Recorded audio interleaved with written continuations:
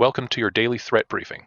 Today we're tracking active in-the-wild exploitation of a critical SharePoint authentication bypass following a public proof of concept release. We're also breaking down a perfect 10.0 CVSS command injection vulnerability in Adobe ColdFusion and critical authentication flaws in Fortinet security appliances. Let's get straight to what you need to know to defend your networks. First up, the most urgent threat on our radar, CVE-2026-55040. A critical authentication bypass in Microsoft SharePoint. This vulnerability was originally patched during the July 2026 Patch Tuesday cycle and carries a CVSS score of 9.1. At its core, this is a flaw in how SharePoint validates user identity, allowing a remote, unauthenticated attacker to gain access to the server with elevated privileges. The attack vector involves sending a specially crafted request to a vulnerable SharePoint endpoint. The server fails to properly sanitize or validate certain parameters within that request, leading it to incorrectly process the authentication context. This allows the attacker's session to be treated as if it were from a legitimately authenticated, high-privilege user, completely bypassing standard login procedures.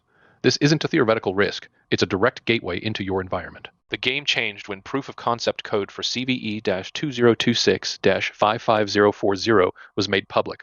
Almost immediately, we saw threat actors weaponize this POC and begin mass scanning and exploitation campaigns. The barrier to entry for exploiting this is now extremely low. An attacker needs only to identify a vulnerable, unpatched SharePoint server. Post-exploitation, the objectives are clear. Establish persistence, move laterally, and exfiltrate data. An attacker with this level of access can create new administrative accounts, deploy web shells for persistent remote access, or use the SharePoint server as a beachhead to pivot deeper into your internal network. This is a classic external to internal attack chain, and the initial access vector is wide open on unpatched systems. Okay, let's pivot from patching to active defense. Your highest priority is containment, but your next step is hunting. You need to be scrutinizing your SharePoint server logs, specifically the IIS logs and ULS logs. Look for anomalous GET or POST requests to SharePoint application endpoints that lack typical authentication headers or cookies. Correlate these requests with downstream process creation events on the server itself. Are you seeing w3wp.exe spawning unusual child processes like cmd.exe or PowerShell.exe? That is a massive red flag. Any activity matching the patterns described in the public POC should be considered an indicator of compromise and trigger an immediate incident response. If you haven't applied the July 2026 patch, you must assume you are a target. There is no mitigation short of patching. Next, we have a set of critical vulnerabilities from Adobe that demand immediate attention, headlined by a CVSS 10.0 flaw in ColdFusion. This vulnerability is a command injection flaw. A 10.0 score signifies the highest possible criticality. It's remotely exploitable by a low-complexity attack, requires no user interaction, and can lead to a full system takeover. An unauthenticated attacker can send a crafted request to a vulnerable ColdFusion instance and execute arbitrary commands on the underlying operating system with the privileges of the ColdFusion service account. This gives an attacker a direct, interactive shell on your web server. Adobe has released security updates to address this, along with other critical vulnerabilities in Adobe Commerce and Campaign Classic. For any public-facing ColdFusion server, this patch is non-negotiable. Moving from application servers to network security appliances, Fortinet has addressed two critical authentication vulnerabilities in FortiWeb and FortiManager. In FortiWeb, the flaw could allow an unauthenticated attacker to bypass login controls entirely. In FortiManager, a separate flaw could allow an attacker to impersonate a legitimate FortiGate appliance.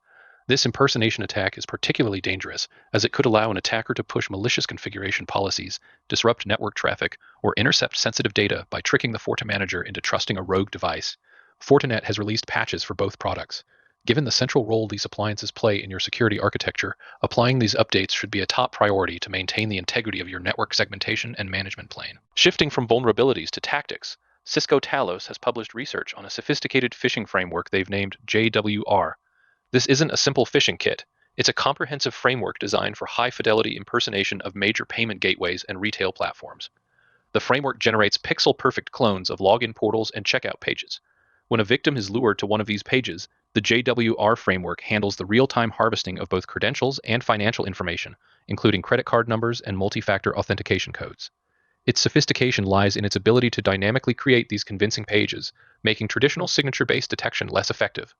This represents a significant threat to both corporate and personal security. Let's consolidate this into your action plan. These are your Defender takeaways for today. First, patch priorities.